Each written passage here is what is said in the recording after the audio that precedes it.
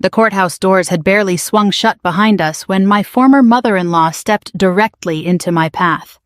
She planted the tip of her cane on the concrete outside the Hamilton County Courthouse in Noblesville, Indiana, and looked at me with the same expression she'd worn for years whenever she wanted me to feel small.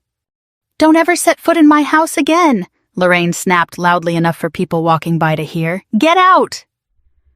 My ex-husband Mark stood a few feet behind her in his tailored navy suit.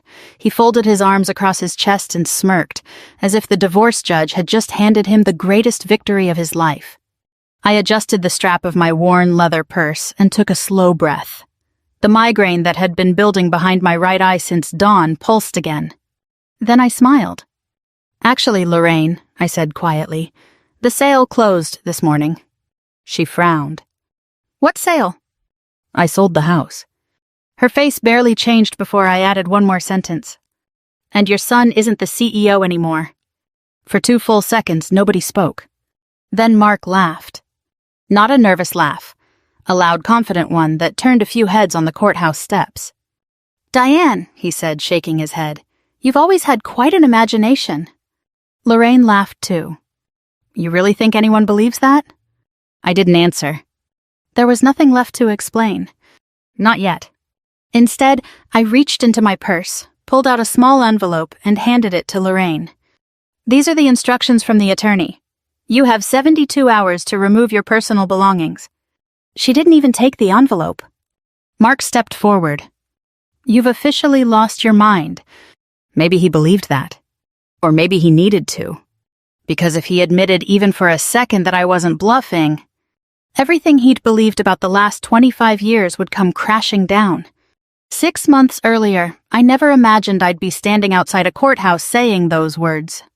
Back then, I was still trying to save a marriage that had quietly disappeared years before I realized it. People always ask when a marriage ends. In my experience, it isn't one big moment. It's hundreds of little ones. It was Mark stopping by my office only when he needed a signature. It was eating dinner alone 3 nights a week because another client meeting ran late. It was him introducing himself at company events without ever mentioning me. The worst one happened at the Indiana Manufacturing Leadership Awards in downtown Indianapolis. Our company, Carter Precision Systems, had just received an award for 25 years in business. I sat at table 12 wearing a dark green dress I'd owned for nearly 10 years. Nothing fancy. I was never much for expensive clothes. Mark walked onto the stage. He looked confident, comfortable, like he'd rehearsed every word. "I started Carter Precision Systems with nothing more than a dream," he told the audience. People applauded. "I worked every day to build this company into what it is today." More applause. I waited. Surely he'd mention the people who actually kept the company alive. Our employees. His late father. Maybe me. Instead, "Thank you all for believing in my vision." That was it. I smiled politely because everyone else was smiling. Inside, something hurt. Not because I needed applause, but because I'd spent 25 years making sure payroll went out every Friday. I'd refinanced our home during the recession. When cash flow nearly collapsed in 2009, I called suppliers myself and begged for another 30 days. I remembered sitting in our tiny office with stacks of unpaid invoices, while my father quietly slid an envelope across the desk. He'd sold part of his farmland near Lafayette. $320,000. Everything he'd saved after my mother died. He looked at me and simply said, "If you believe this company can survive, then so do I." That money didn't buy us luxury. It bought us time. Time became survival. Survival became growth. Growth became the company Mark now called his alone. A week after the awards banquet, I noticed something else. Mark stopped wearing his wedding ring. Not always. Only when he traveled. I said nothing. By then, silence had become easier than arguments. Then one Tuesday evening, he came home carrying a folder. I was heating leftover chicken soup because my migraine had been bothering me all afternoon. He laid the folder beside my bowl. "I've already signed." I looked down. Divorce papers. No warning. No conversation. Just signatures waiting for mine. "I think this is best," he said. I kept staring at the papers. What happened to us? He sighed impatiently.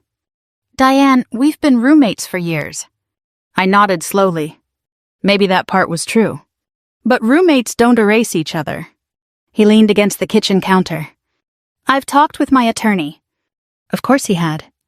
I'll make sure you're comfortable financially. Comfortable. After 25 years. I finally looked at him. What do you think I contributed to this company? He actually looked surprised by the question. You handled spreadsheets. Just 4 words. You handled spreadsheets. Nothing about negotiating loans. Nothing about keeping employees insured. Nothing about sitting beside hospital beds after workplace injuries.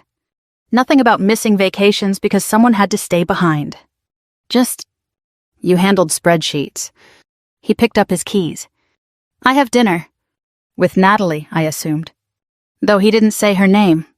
After the front door closed, I sat there alone until the soup turned cold. I wasn't crying. Not yet. I was trying to understand how someone could live beside me for 25 years and genuinely believe I'd simply organized paperwork. 2 days later, I met Rachel Kim. She'd served on our board for years and had become one of the few people I trusted completely. We met at a quiet coffee shop near Meridian Street in Indianapolis. She listened without interrupting. When I finished, she stirred her coffee once. What do you want? I expected legal advice. Instead, she asked that. I don't know. Yes, you do. I looked out the window. I want him to stop pretending I never existed. Rachel nodded.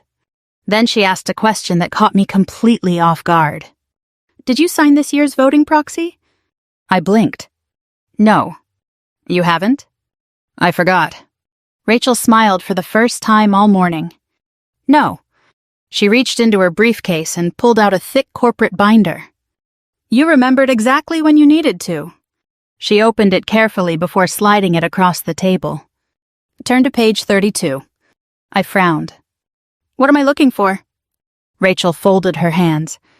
The reason Mark may have made the biggest mistake of his career. I stared at page 32 for several seconds before I looked back up at Rachel. The page wasn't dramatic. No bold headlines. No secret clause highlighted in yellow. Just a chart. Boxes. Names. Numbers. Corporate language I'd spent half my life reading. I don't understand, I admitted. Rachel turned the binder toward herself and tapped the page with one finger. You own 38% of the company's equity. I know. But that's not what matters here. She pointed lower. Your Class A preferred shares carry 5 votes each. I nodded slowly. I remember Dad insisting on that. So do I. Rachel leaned back. Mark remembers too. That surprised me. I thought you were about to tell me he'd forgotten. She shook her head. No, that would make this story too easy. She smiled faintly. Mark didn't forget. He got comfortable. That sentence stayed with me. For years, every annual shareholders meeting followed the same routine. A few weeks beforehand, Mark's assistant would email me a proxy authorization. I'd sign it. Mark voted my shares. The meeting ended. Life went on. I trusted him, I said quietly. Rachel nodded. And he came to believe trust was permanent. She slid another document across the table. This year's proxy. It was blank. Unsigned. I never sent it back. No, Rachel looked directly at me. For the first time in 17 years, Mark doesn't control your votes. I sat there without speaking. Outside, a delivery truck backed into the alley behind the coffee shop. Someone laughed near the counter. Life kept moving. Mine had suddenly changed. Rachel continued gently. When your father invested in Carter Precision Systems 15 years ago, he didn't write Mark a check. He invested in me. Exactly. I smiled for the first time in weeks. Dad had never disliked Mark. He simply believed business and marriage were 2 different things. If this company ever survives because of my money, he'd said back then, I want everyone to remember where that money came from. Rachel had been the young attorney who drafted the agreement. Each Class A share carried 5 votes. They couldn't be converted without my written consent. They couldn't be diluted without my approval. Back then, none of us imagined the company would someday be worth more than $100 million. We were just trying to make payroll. So what happens now? I asked. Rachel didn't answer immediately. Instead, she folded her hands. That depends on why you're asking. What do you mean? If you're trying to punish your husband for having an affair, she let the sentence hang. Then don't do this. I blinked. I wouldn't. I know. She looked relieved. But if you're trying to protect a company whose leadership has stopped acting in its employees' best interests, she closed the binder. That's a different conversation. Over the next few weeks, divorce mediation moved forward. Everything became paperwork. Financial statements, property valuations, retirement accounts, insurance policies. 25 years of marriage reduced to folders with colored tabs. Mark was polite whenever lawyers were present. Almost cheerful. It was strange. He treated the divorce like a business transaction he'd already won. During one mediation session, our attorneys reviewed the marital property. The old Carmel house came up. It had belonged to my parents before they passed away. Although it had become part of the marital estate for settlement purposes, it also needed expensive repairs. The roof was nearing the end of its life. The original windows leaked every winter. The plumbing wasn't exactly young either. Mark barely looked at the appraisal. I don't want it. His attorney glanced at him. You sure? I have no interest in maintaining that place.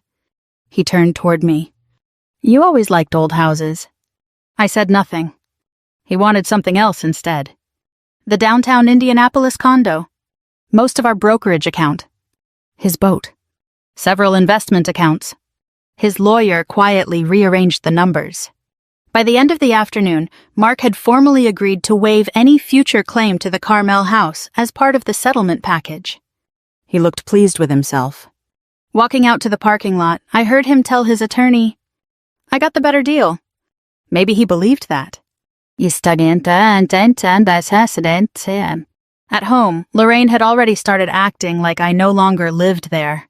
One Thursday afternoon, I came back from a doctor's appointment. The arthritis in 2 fingers of my right hand had been bothering me again. When I stepped inside, cardboard boxes filled the front hallway. One box had a thick black marker label. **donate.***. I knelt carefully and opened it. On top sat my parents' wedding photograph. Beneath it, Dad's old pocket knife. My mother's handwritten recipe cards. An album filled with photographs from the first years of Carter Precision Systems. Our first rented garage. Mark covered in machine grease. Me holding Emily with one arm while answering payroll calls with the other. One photograph had been bent across the corner. I gently flattened it. Lorraine walked in carrying grocery bags. Oh, she didn't sound embarrassed. I figured Mark wouldn't want all that old clutter. I looked up. My parents are clutter? She sighed dramatically. Don't start. I'm asking? You'll be moving soon anyway. She set the groceries on the counter. There's no reason to drag useless memories around forever. I carefully closed the album. Those weren't memories to me. They were proof. Proof that I had been there from the beginning. That evening, while carrying laundry upstairs, I heard Lorraine talking on the phone. She didn't know I was home. I told Natalie she'd love this kitchen once they remodel it. A pause. Oh, absolutely. She laughed. The cabinets are ancient. Another pause. We'll finally make this house look modern. I quietly walked back downstairs before she noticed me. Not because I was afraid. Because I suddenly realized she wasn't imagining a future where I still existed. The following Monday, my phone rang. Tom Alvarez. Our outside CPA. He almost never called me directly. Diane. His voice sounded unusually serious. Do you have a few minutes? I do. I've been reviewing executive compensation. Something about his tone made me sit down. I found several things Rachel needs to see. What kind of things? He lowered his voice. Large executive retention bonuses. That's not unusual. These were approved without full board review. I frowned. Anything else? A resort trip listed as a vendor conference. Silence. One hotel room. I didn't need him to say another name. He continued. There's more. He explained that retirement contributions for hourly employees had quietly been reduced while executive bonuses increased. Several accounting classifications didn't make sense. Nothing screamed criminal. But together, the picture wasn't good. When I hung up, I sat alone in my kitchen for almost 20 minutes. I wasn't thinking about revenge. I was thinking about Frank Doyle. He'd worked for us since the garage days. 68 years old now. Still showing up every morning before sunrise. If Mark really had chosen bonuses over people like Frank, this wasn't just about my marriage anymore. That evening, Emily came over. She stood in my kitchen, twisting her coffee mug between both hands. Mom, I looked at her. I knew. I froze. Knew what? About Natalie. The words barely came out. For almost a year. The room suddenly felt very quiet. Why didn't you tell me? Emily started crying. Dad said you already knew. I didn't. He said your marriage had been over for years. I looked down at the table. I believed him. She wiped her face. I thought staying neutral meant I wasn't choosing sides. I reached across the table and squeezed her hand. Sometimes silence chooses for you. I didn't say it out loud. She already knew. The next morning my phone rang before 8. Rachel. Tom finished reviewing everything. I held my breath. We have enough. For what? She answered calmly. An emergency board meeting. When? Tomorrow. She paused just long enough for my stomach to tighten. 10 o'clock. I barely slept the night before the board meeting. Not because I was afraid of Mark. I was afraid of myself. At 49, you stop believing every difficult decision has a clean ending. I'd spent 25 years helping build Carter Precision Systems. I knew every hallway, every machine, every employee birthday, and every family emergency we'd quietly helped through. What if removing Mark hurt the people I was trying to protect? That question stayed with me until sunrise. I stood in my kitchen with a mug of coffee I never drank. The migraine from the day before had faded, but my stomach felt tight. Around 7:30, my phone buzzed. Rachel! I know what you're thinking, she said before I spoke. Do you? You're wondering whether this is becoming personal. I looked out the window at the maple tree my father had planted the year Emily was born. It is personal. It is. Rachel didn't argue. But that doesn't make it wrong. I stayed quiet. She continued. If Tom's report were clean, I'd tell you to walk away. And if it isn't? Then your responsibility isn't to Mark. She paused. It's to the company. An hour later, I drove to the office. The familiar Carter Precision Systems sign came into view, and for a moment I remembered the first building we'd rented. 8,000 square feet. One loading dock. One coffee maker that barely worked. Back then, Mark and I celebrated every new customer with takeout pizza. We weren't competing with each other. We were surviving together. That memory almost made me turn the car around. Almost. When I entered the lobby, I noticed people behaving normally. Someone laughed near the vending machines. Forklift alarms echoed faintly from the production floor. Reception answered phones. Nobody knew what was about to happen upstairs. I hoped they never would. Not the details. Companies survive bad leadership. They don't survive constant public drama. I took the elevator to the executive floor. Rachel and Tom were already there. Tom looked exhausted. I reviewed everything twice, he said quietly. You won't find mistakes. I never thought you would. He nodded. I wish I had. Rachel handed me a folder. This isn't your fight unless you decide it is. I appreciated that. Nobody was pushing me. Nobody was promising revenge. Only accountability. At 9:10, another board member arrived. Stephen Cole. He'd served on the board nearly as long as Rachel. He greeted me politely. I wasn't expecting to see you today. I imagine Mark wasn't either. He smiled faintly. I'll be honest. I hope you are. I'm uncomfortable mixing divorce and corporate governance. So am I. That seemed to surprise him. I don't want revenge, Stephen. Then why are we here? I looked him straight in the eyes. Because if Tom's report had been about anyone else, we'd still be having this meeting.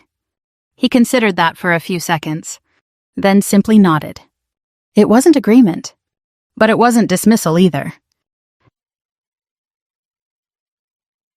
At 9:40, my attorney called. The judge signed the settlement. I closed my eyes. So it's official. Yes. And the property? The title company has authorization to close. I whispered, thank you. The call ended. I stared at my phone for a long moment. The Carmel house was finally mine alone. Not because I'd tricked anyone. Because Mark had chosen something else. During mediation, he'd insisted on keeping the downtown condominium, most of our brokerage account, and his boat. He'd called my parents' old house a money pit. He wanted liquidity. He wanted convenience. He'd laughed when his own attorney suggested thinking twice. She can have the old place. Those had been his exact words. Now the closing attorney was waiting only for final confirmation from Ben Foster. For the first time in months, I allowed myself one slow breath. At 9:55, my phone buzzed again. An email. Subject: *** shareholder proxy authorization. ***. I frowned. The sender was Mark's executive assistant. Routine. Professional. Exactly the same format I'd received every year. Please sign at your earliest convenience. I almost laughed. Not because it was funny. Because habit is powerful. For 17 years I would have opened the attachment, signed it without reading, and sent it back. My hand actually reached for the mouse. Then I stopped. The date. Today's date. 10 o'clock board meeting? I immediately forwarded the email to Rachel. A few seconds later she replied, ***, thank you. Do not respond. That one email told the board something important. Mark wasn't trying to steal my vote. He simply assumed he'd always have it. Sometimes arrogance doesn't announce itself. Sometimes it quietly expects yesterday to repeat forever. At exactly 10 o'clock, Mark walked into the boardroom. Same confident smile. Same expensive suit. Coffee in one hand. He looked around the room. Morning, everyone. Nobody answered immediately. He noticed me. His smile faded. What are you doing here? I was invited. He laughed once. This is a board meeting. Rachel closed the leather folder in front of her. It is. So why is Diane sitting here? Rachel answered calmly. Because she's a director. And a voting shareholder. Mark blinked. Fine. He shrugged. Let's get this over with. He sat at the opposite end of the table. Natalie wasn't inside. She waited outside, probably expecting Mark to introduce her later as our next chief operating officer. Rachel looked around the room. Before we begin, I'd like everyone to confirm they've received Tom Alvarez's audit summary. Papers rustled. Everyone nodded. Mark looked irritated. What audit? Tom slid a folder toward him. You'll want to read page 4. Mark flipped through the first few pages. His expression changed. What is this? Rachel answered. Our agenda. He looked back down. Executive compensation. Conflict of interest. Travel reimbursement. Unauthorized bonus approvals. The room grew quiet. Even the air conditioner suddenly sounded louder. Mark looked directly at me. This is because of the divorce. No. It's exactly because of the divorce. Rachel interrupted gently. No. She folded her hands. This meeting is about corporate governance. Mark leaned back. You've got to be kidding. Rachel remained calm. The evidence speaks for itself. Tom cleared his throat. Mr. Carter, Mark glared at him. Toportices. The accounting records show executive retention bonuses approved without full board authorization. They were legal. Perhaps. Tom nodded. But they weren't properly disclosed. Mark looked toward me again. You planned this. I met his eyes. I planned to tell the truth. His voice hardened. You're willing to destroy the company because I left you. For a moment, the room disappeared. I saw us 25 years earlier, covered in machine grease, eating cold pizza on folding chairs, laughing because we'd finally landed our first big contract. Then I came back to the present. No, I spoke quietly. I'm trying to stop you from destroying the company we built. Not the company you built. The company we built? Nobody spoke. Rachel looked around the table. The board will now review the motion concerning executive leadership. She placed one final document in front of every director. Then she looked at me. I suddenly realized this wasn't the end of my marriage. It was the beginning of whatever came next. Nobody reached for a pen. Not right away. The silence inside the boardroom felt heavier than any argument I'd ever heard. Mark looked from one face to another, searching for someone who would smile, crack a joke, or tell him this was all some misunderstanding. Nobody did. Rachel adjusted her reading glasses. Mr. Carter, before the board considers any motion, you're entitled to respond to the findings. Mark straightened in his chair. Gladly. He slid Tom's report aside as though it were nothing more than a restaurant menu.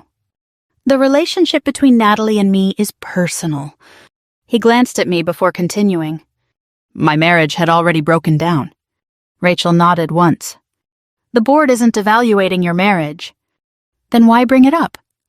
Because the relationship wasn't disclosed while executive compensation decisions affecting Miss Green were being made. Mark folded his arms. She earned every dollar. Tom opened another folder. No one is questioning her work performance? He pushed several documents toward the directors. We're questioning the approval process. Mark looked at the papers but didn't touch them. Tom continued calmly. 3 retention bonuses were approved without full board review. He turned another page. The Aspen resort trip was categorized as vendor development. Another page. The receipts show no scheduled vendor meetings. Another. The hotel reservation lists 1 suite. Mark's jaw tightened. You've been digging through my private life. Rachel answered before Tom could. No. We've been reviewing company records. That distinction mattered. This wasn't about catching a cheating husband. It was about whether the company's leadership had stopped respecting the rules everyone else followed. Mark leaned forward. This company doubled in value under my leadership. Rachel nodded. It also belongs to its shareholders. And to 180 employees, I added quietly. He turned toward me. So now you're pretending this is about them? No. I've spent 25 years worrying about them. The words came easier than I expected. I remember calling machinists during the recession to promise payroll would still clear on Friday. I remember sitting with Frank Doyle's wife in the hospital. I remember telling employees we'd find a way through COVID before we even knew how. I looked around the room. I don't remember asking for credit. Mark laughed once. Bull. I shook my head. I asked for honesty. The room fell silent again.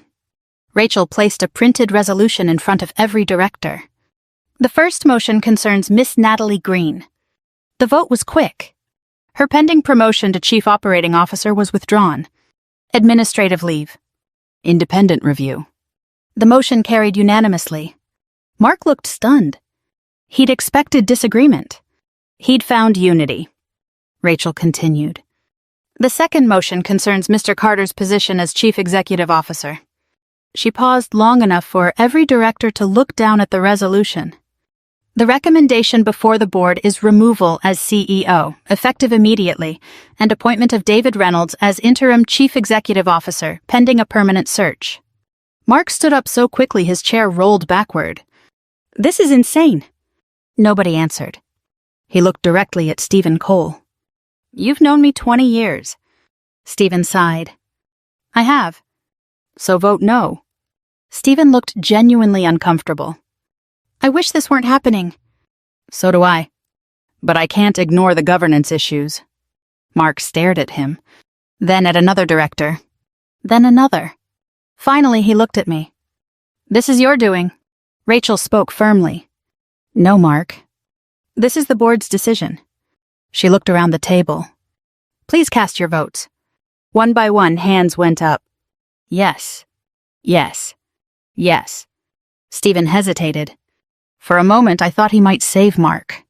Instead, he slowly raised his hand. Rachel counted quietly. The motion passes. She looked at Mark.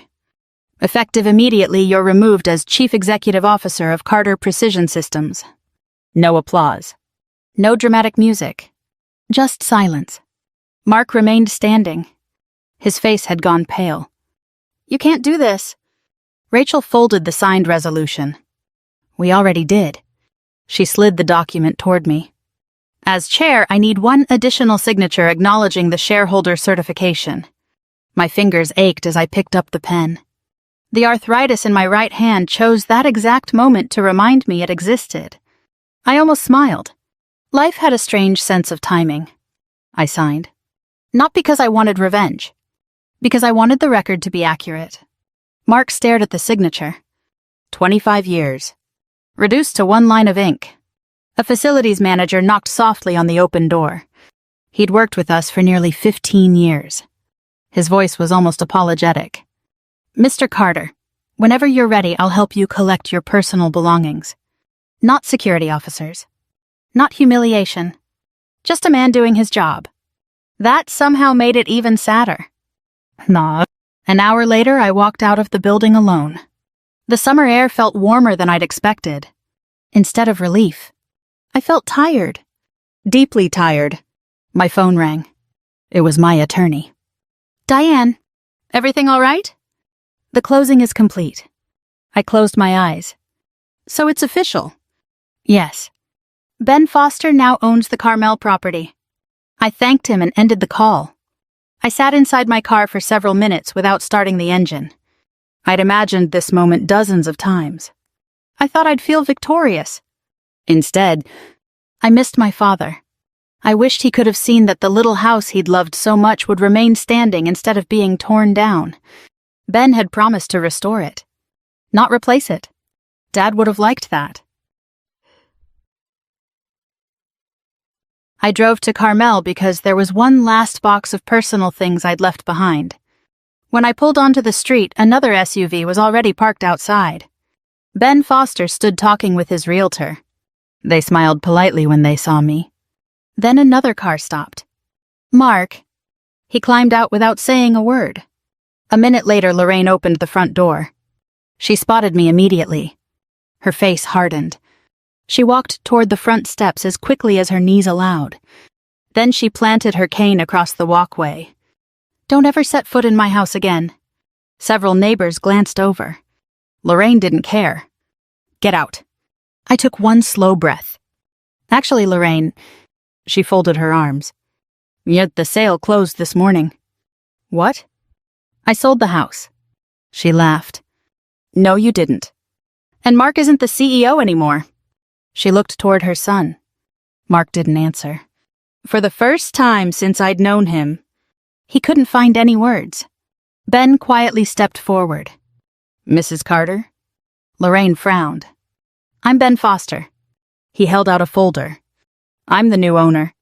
She ignored the folder. This is my son's house. Ben didn't argue.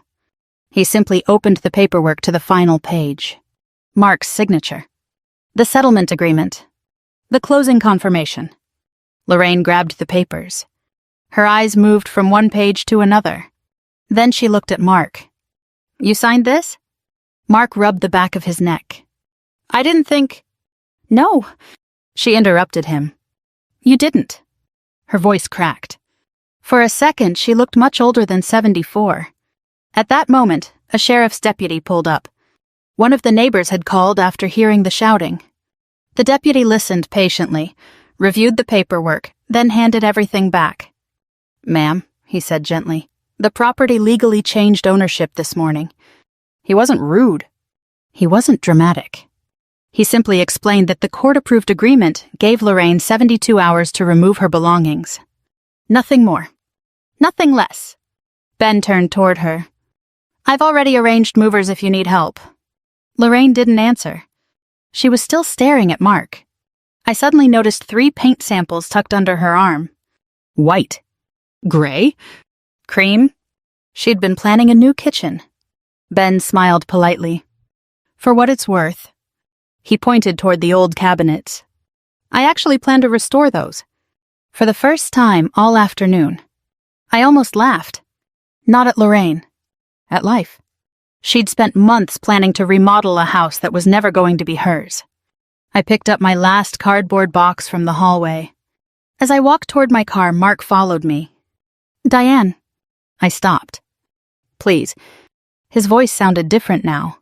Not angry. Desperate. I need you to fix this. This? The board. You still have influence. I looked at him for a long moment. I don't want your marriage back. I know. I want my job. I believed him. That hurt more than I expected. He still didn't understand what he'd actually lost. I can't help you. You could. I shook my head. No. He lowered his voice. I'm asking. So am I. For what? Respect. He looked away. I climbed into my car. 3 weeks later, an invitation arrived in my mailbox. Asterisk asterisk, Carter Precision Systems, Annual Employee Appreciation, Banquet. Asterisk asterisk. I almost threw it away, until I noticed one handwritten note at the bottom. Asterisk asterisk, please come. Asterisk asterisk. Asterisk asterisk, Rachel asterisk asterisk. When I walked into the ballroom at the Indiana State Museum that evening, the first person I saw was Mark. He wasn't supposed to be there. I stopped just inside the ballroom doors. The Indiana State Museum had hosted Carter Precision Systems' annual employee appreciation dinner for years, but this time the room felt different. Round tables covered with white linen stretched across the ballroom. People who had worked beside me for decades stood talking over coffee and slices of pecan pie.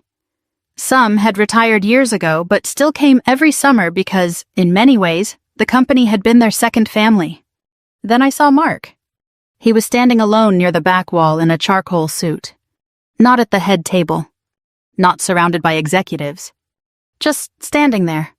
For a moment, I considered turning around and leaving. I wasn't interested in another confrontation. Rachel spotted me before I could escape. She walked over, smiling warmly. I'm glad you came. I almost didn't. I figured. She glanced toward Mark. He insisted on attending. You let him? He's still a shareholder. She lowered her voice. But tonight isn't about him. I nodded. I hope not. Rachel touched my arm gently. I have one favor to ask. What is it? Just stay until the end. I don't know if I can. You can. Her confidence reminded me of something my father used to say whenever I doubted myself. Asterisk, you don't have to enjoy doing the hard thing. Asterisk, you just have to do it. Dinner passed quietly. People stopped by my table to say hello. Most asked how I was doing. A few apologized for not reaching out during the divorce. I told them the truth. I wasn't ready to talk. Frank Doyle eventually sat down beside me. He looked older than the last time I'd seen him. His hair had turned almost completely white, and he moved more slowly than he used to. But his smile hadn't changed. Good to see you, kid. He'd been calling me kid since I was 24. I've missed you, Frank. You look tired. I laughed softly. I am. You'll sleep better. I hope so. He nodded toward the stage. You're going to like tonight. I frowned. What do you mean? He only smiled. You'll see. Nah. After dessert, Rachel stepped onto the stage. The conversations gradually faded. She thanked everyone for another successful year before talking briefly about the company's history. This year marks 25 years since Carter Precision Systems opened its first workshop. A large screen behind her lit up. An old photograph appeared. The garage. I hadn't seen that picture in years. There was Mark, 28 years old, grinning beside our first used milling machine. Then another picture. Me sitting on a folding chair with a calculator, invoices spread across a card table. The next one made me laugh through unexpected tears. Emily as a toddler asleep in a cardboard box while I finished payroll. People around the room chuckled. Another picture. Dad standing proudly beside the first CNC machine we'd managed to buy with his investment. I felt my throat tighten. Rachel continued speaking. For many years, our company history recognized only one founder. She paused. That history was incomplete. The next slide appeared. A simple title. Asterisk asterisk founders, asterisk asterisk. Asterisk asterisk Mark Carter, asterisk asterisk. Asterisk asterisk Diane Whitmore. Carter asterisk asterisk. The room became very quiet. Rachel looked directly at me. Some people build companies by making sales. She looked around the ballroom. Others build companies by making sure every employee gets paid, every supplier gets called, every problem gets solved before anyone else notices. She smiled. Tonight we're correcting the record. I heard my chair scrape softly against the floor as someone stood. Then another. Then another. I turned. Frank Doyle was already on his feet. He wasn't clapping yet. He simply stood. Within seconds, nearly everyone else followed. The applause started slowly, then grew louder and louder. I looked around the room. People I'd hired. People I'd comforted after surgeries. People whose children I'd watched grow up. Some were smiling. Some were crying. I was doing both. Rachel motioned toward the stage. I shook my head. No. She smiled. Yes. The applause didn't stop. Eventually, I walked forward. The steps felt strangely long. By the time I reached the microphone, my right hand was trembling enough that I had to hold it with my left. I laughed softly. I had a speech prepared. That wasn't true. The audience laughed with me. I guess I don't anymore. The room grew quiet. I never wanted recognition. I looked across the ballroom. I only wanted the truth. I paused. My father used to tell me that integrity is what you do when nobody is watching. I smiled toward the photograph still displayed behind me. He would have loved seeing all of you together tonight. I took another slow breath. This company was never built by one person. It was built by welders, machinists, receptionists, accountants, engineers, forklift drivers, maintenance crews, and families who believed this place was worth sacrificing for. I looked around one last time. Thank you for letting me be part of that. The applause returned, even louder this time. After the program ended, people gathered around to hug me. Frank eventually reached me. You forgot something. What? He smiled. My wife's surgery. I blinked. I didn't forget. You never told anyone. I smiled. It wasn't anyone else's business. Frank turned toward several younger employees standing nearby. When Linda needed heart surgery back in 2007, the insurance hadn't kicked in yet. He looked back at me. Diane arranged an advance out of company funds. I interrupted him. We approved it through payroll. He grinned. She also drove casseroles to our house for 2 weeks. I felt my face turn warm. You don't have to tell everyone that. Yes. He nodded firmly. I do. He looked around the room. Mark knew how to grow the business. He pointed gently toward me. She knew how to take care of the people inside it. Nobody applauded that time. They simply nodded. Some truths don't need noise. I noticed Mark standing near the ballroom exit. People weren't avoiding him. They simply weren't gathering around him anymore. He waited until the room had mostly emptied before walking over. We stood facing each other. No lawyers. No judges. No board members. Just two people who had once believed they'd grow old together. I owe you an apology. I waited. I should have given you more credit. For a moment, I almost accepted that. Then I realized something. Credit wasn't what had been missing. I looked him in the eye. You should have given me respect. He lowered his head. I know. Neither of us spoke for several seconds. Finally, he asked quietly, Do you think you'll ever forgive me? I thought about that carefully. I already have. He looked surprised. But forgiveness isn't permission to come back. He nodded slowly. I understand. Whether he truly did, I honestly couldn't say. Emily found me outside overlooking the canal. She wrapped her arms around me without saying anything. After a while, she whispered, I'm proud of you. I kissed the top of her head. I'm proud of you too. She smiled. For what? For finally realizing you don't have to carry everyone else's arguments. She laughed. I'm still learning. So am I. Life became surprisingly ordinary after that. I bought a small ranch-style home in Zionsville. No stairs. A little garden. Enough room for Emily whenever she visited. I started consulting for smaller manufacturing companies a few days each month. Just enough to stay busy. Not enough to lose my weekends again. Ben Foster occasionally sent photos as he restored my parents' old house.